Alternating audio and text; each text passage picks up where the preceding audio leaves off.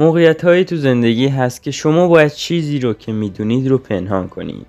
بذارید ندونن، بذارید نفهمن، بذارید فقیر بمونن. رابرت کیوساکی میگه مردم فقیر میگن که من توان مالی چیزی رو ندارم یا نمیتونم انجامش بدم، وقت نمیکنم، چون اونا دائم دارن ازش فرار میکنن. از حقیقتی به نام تنبل بودن دارن فرار میکنن. اونا تنبلن و این باعث شده که نتونن خودشون رو تغییر بدن. رابرت میگه که پدر ثروتمندم به جای گفتن نمیتونم بخرم میگفت چطور راهی واسش پیدا کنم که بشه خرید.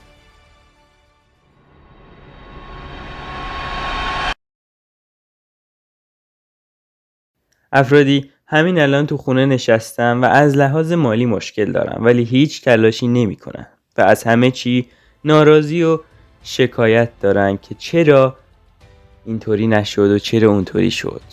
پس به جای اینکه گر بزنید و ناراحت بشینید، پاشید تنبلی رو بذارید کنار، به سمت هدفاتون حرکت کنید. فقر میتونه به شما منتقل بشه. فکر کنید راهی برای ثروتمند شدن پیدا کردید. اون رو به افراد دور و برتون میگید یا نه؟ شاید بگید که من میخوام خوبی کنم پس میگم، ولی این رو بدونید که بیشتر افراد یعنی اکثرشون دوست ندارن که شما به موفقیت برسید. رابرت کیوساکی میگه افراد فقیر اکثرا فقیر میمونن و خواهند ماند و این سرطان ترسناک و کشنده رو به شما منتقل میکنن. هر چیزی که میدونید رو واسه خودتون نگه دارید.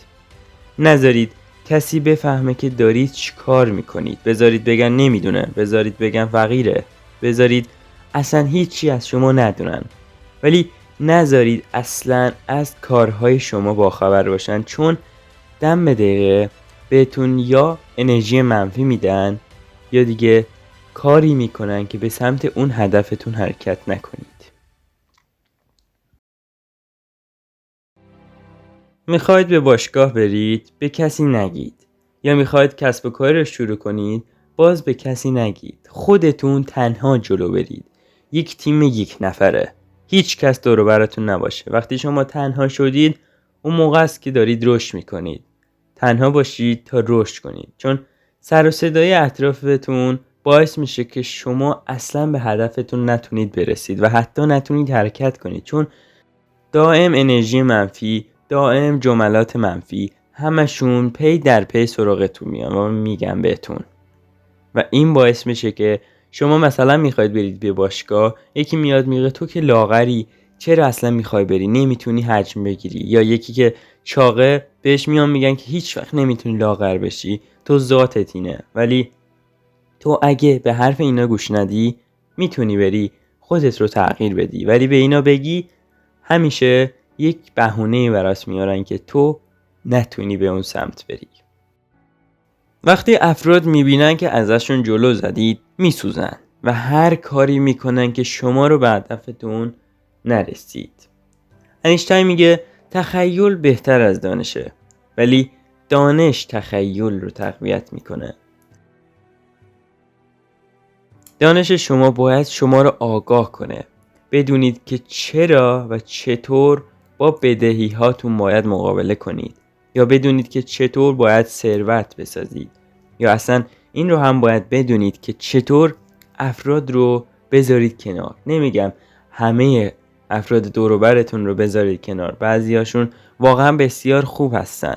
باید از این دیدگاه هم دید که این افراد میتونن به رشد شما هم کمک کنن، ولی گفتم اکثرشون همیشه میخوان که شما ازشون پایین تر بمونید و هیچ وقت نمیخوان که ازشون بالا بزنید. اکثرا ترجیح میدن که در سکو بنشینن تا وارد بازی بشن. این حرفم از رابرت کیوساکی فرق بین افراد ثروتمند و فقیر رو میگه که افراد فقیر میشینن از سکو و چیز راحتی رو انتخاب میکنن، دیدن بازی، ولی افرادی که موفقیت از آنشونه وارد بازی میشن و با سختی به پیروزی میرسن. شما از اون افراد نباشید که تو سکو نشستید و نمیذارید کنار دستیتون پاشه وارد بازی بشه. از اون افرادی نباشید که دائم میگه که تو نمیتونی، این کار اصلا خوب نیست، نرو سمتش، هدفاتو ول کن، برو فلان کار کن، پولش زیاده. این کارا همشون مزخرفه. هر کاری که میدونید رو بکنید. اگه شکست خوردید دوباره برگردید با یک ایده جدید، با یک راه جدید، با یک راه حل جدید. هیچ کس دوست نداره که شما از اون جلو بزنید. اینو همیشه تو ذهنتون به یاد داشته باشید.